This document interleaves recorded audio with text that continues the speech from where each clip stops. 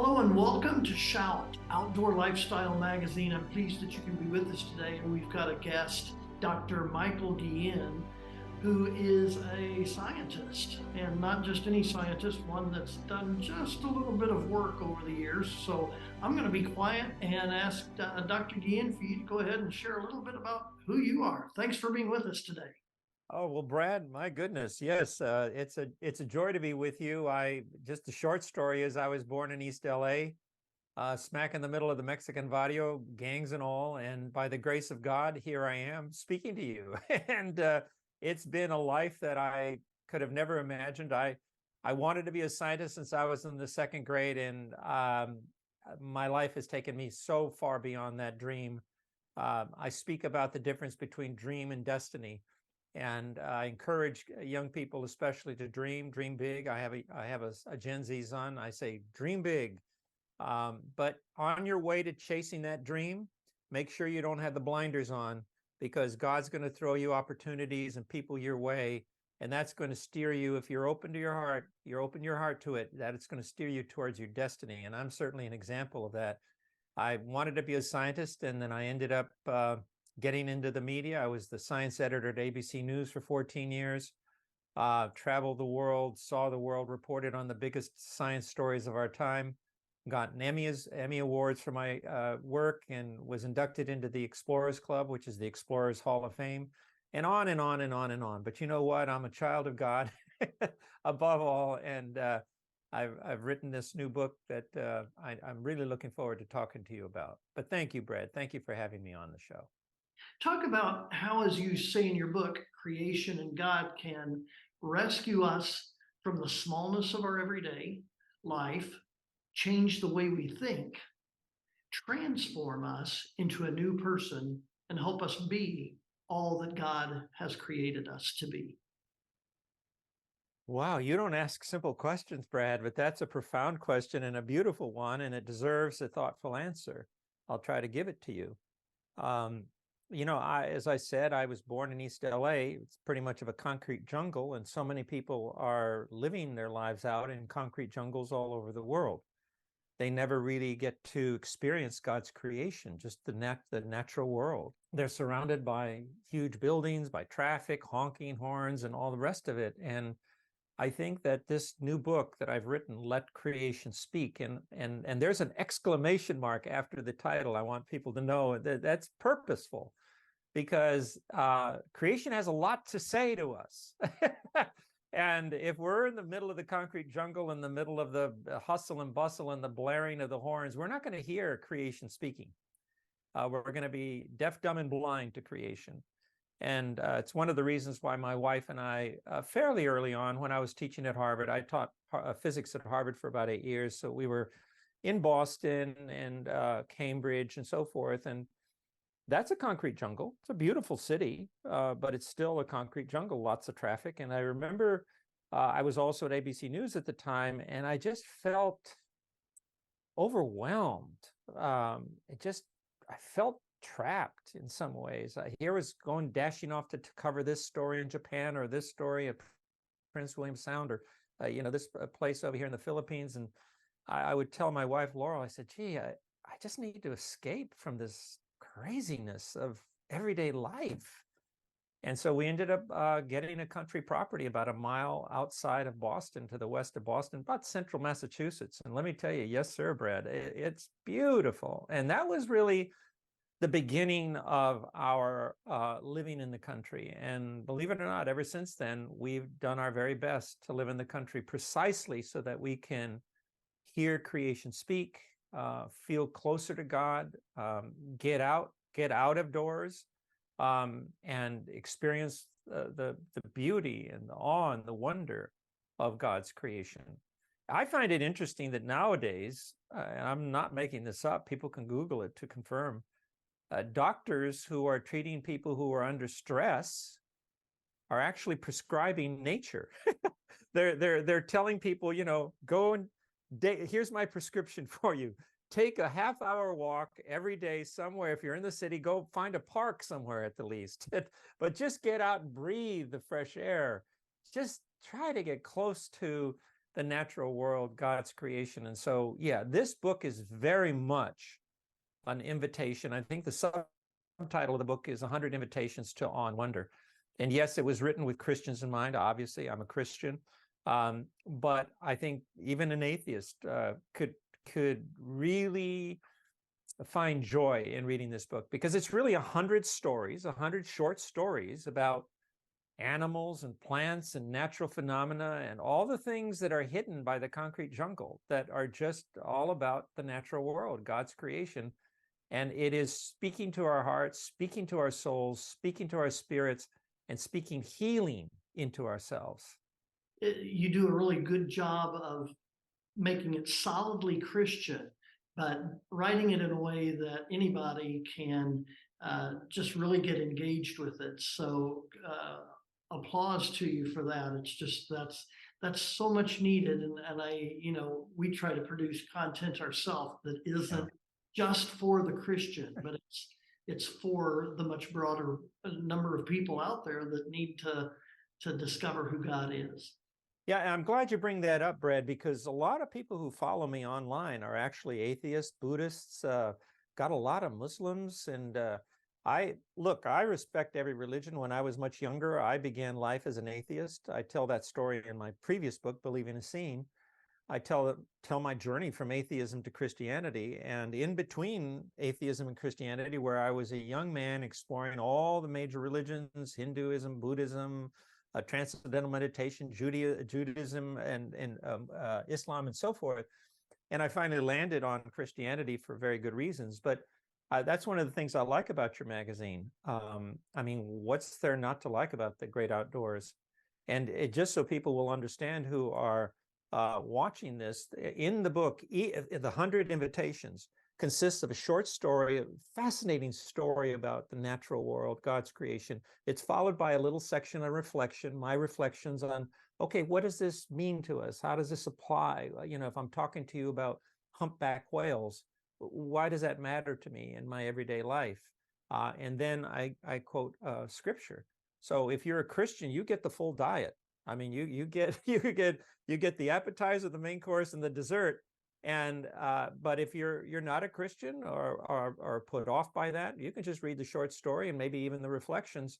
And I think you would be you'll get a lot out of it. That's for sure.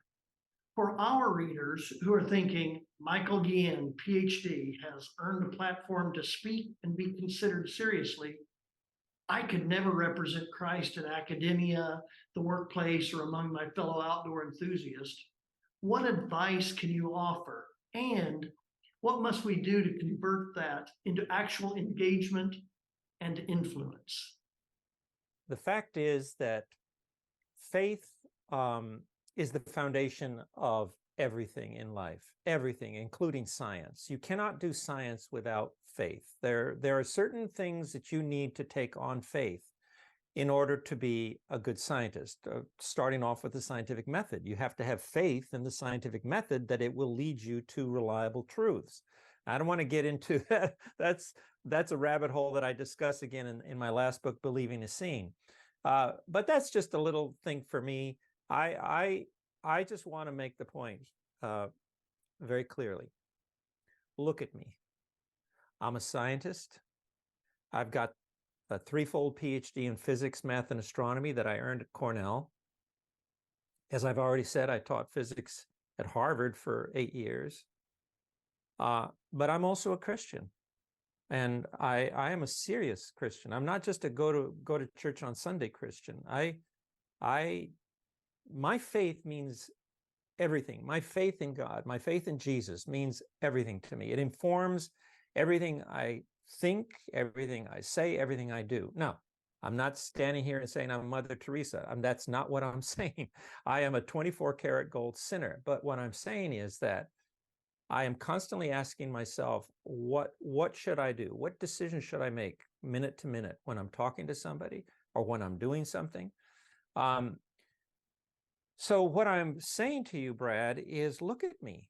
Science and Christianity live comfortably in me. There's no conflict. Do you see conflict in my, do I look conflicted? No.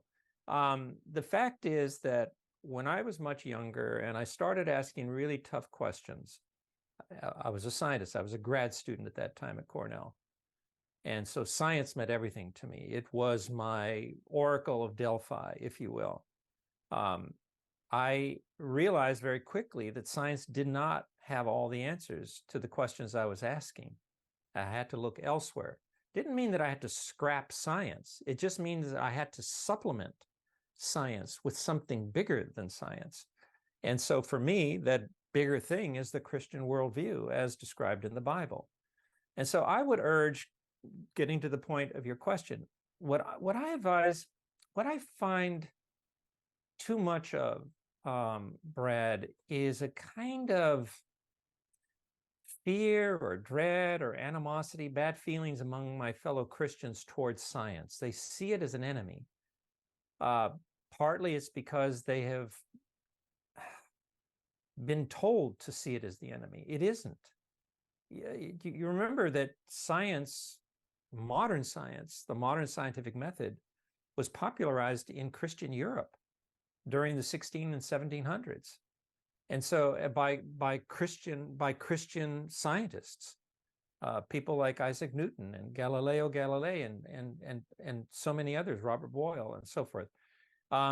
So that science, to me, for me now, at this point in my life, gives me an added advantage to appreciating who God is and what He's created. It doesn't detract from my faith, is what I'm trying to tell you, Brad. It actually enhances my faith.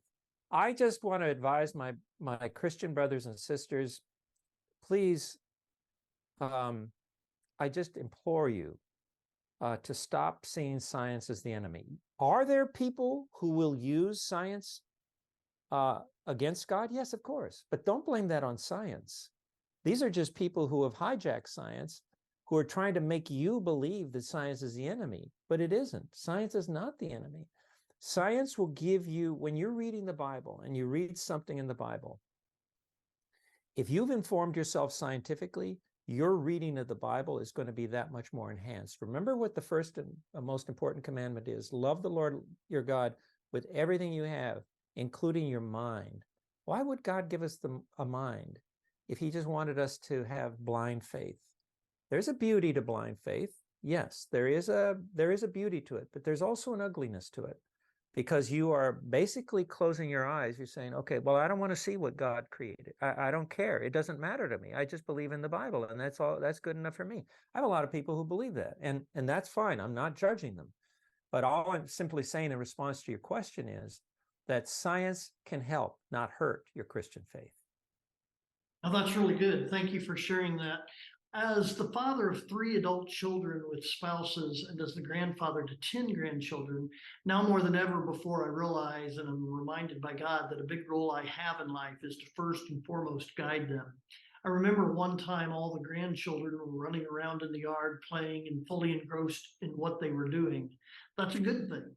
When it was time to bring that part of their day together to a close, I had them all get a place to sit on the patio, close their eyes if that helped them to not be distracted by each other, be quiet, rest, listen to the natural sounds around them, feel the sun and breeze, and experience how big and rich that presence was around them. Getting children, I guess anyone, to do that is a tough thing to do. I wasn't sure if it had the effect and influence I was hoping for. But a few months ago, my wife and I traveled with some of them to Yosemite National Park. We hiked Mist Trail to the top of Vernal Falls. Once there, after taking some pictures and exploring amidst the crowd of tourists, they sat down on the rocky top, taking in the expanse of it all and simply listening to the roar of the falls. I was encouraged that the practice of being quiet on the patio had stuck. They knew how to shut off control and open up to God. What are your thoughts, Dr. Guillen, about handing down knowledge, values, and faith through the generations within our families, circle of friends, and our outdoor acquaintances? Well, I believe it's a huge responsibility that we have, Brad. And what a beautiful thing that you have shared with your children and grandchildren. Be still and know that I am God. And I wake up every morning, and the first thing I do is I sit outside. We have a 7-acre ranch here in Texas, so it's very quiet. I wake up not to the sound of traffic, but to birds and just the sounds of nature, God speaking to me. I just want to sit there and I just want to listen. And I've tried to pass that on to our son. We adopted our son when he was 4. He's a wonderful young man. And I tried my very, very best to be an example to him, not to preach to him. I think a lot of parents make the mistake of preaching to their kids. That goes in one ear out the other. It might even incite rebellion. I've just tried to be a good example to my son. What I say to him, as I'm saying to you, and this is what I advise parents to do, is to respect your child's journey. It's not your journey. It's not for your journey to direct them. It's you tend to your own journey. And if you can be a good example to your children, if you can show them how to walk with the Lord, how to walk toward the light and away from the darkness, toward your destiny, the reason God has made you, if you can do that for your child, be that good example to your child or your children, then I think you have fulfilled the biblical responsibility we have to our children. It says, show your child, raise them up straight. That's how you raise your child up straight, by showing them how you are walking your path faithfully. Thank you so much for sharing that. I'd like for you to give readers of Shout Outdoor Lifestyle magazine a little taste of your book now. I'll just preface this by saying that as I read some of these, as you put it, daily doses of sheer wonder, I found I literally get choked up with a sense of wow. Let's start with day 39, Unplumbed Depths. For those who haven't experienced the dark caverns of Mammoth Cave, tell them what can be seen. Yeah, this one is near and dear to my heart because one of my best friends at Cornell, he was from Kentucky, and he was also a spelunker. He was big into caves, so he would tell me all about Mammoth Cave. And so in Invitation 39, or as you say, day 39, Unplumbed Depths, I talk about Mammoth Cave and how it is the largest cave system in the world. And even though we have explored over the centuries, we have explored hundreds of miles of this underground limestone cave, there are still hundreds of miles yet to be discovered. And in my reflection, I say, isn't that life? That we have maybe 100 years on this earth, and we'll explore so many different things, but there is just so much more to life than we will ever know until we get to that place where we will really see everything. We will see the whole Mammoth Cave. So there's much more to it than that, but I know we want to stay brief, but that's one near and dear to my heart. Well, let's go on then to day 46. I really enjoyed reading about life support. Yeah, this is called Life Support. I talk about the human skeleton, 206 bones, and how not just the bones that support us are important, obviously, but that the interior of the bones even contain marrow, which help create blood, red and white blood cells, and help regulate our insulin levels, and so forth and so on. And how over the course of a lifetime, believe it or not, your skeleton replaces itself every 10 years. And again, it's just one of those things we're walking around with our skeletons. We don't even give it a second thought unless we break a bone, right? But part of what these stories are meant to do is to cause you to pause in your busy life and just contemplate the awe and wonder of what God has created. A simple skeleton.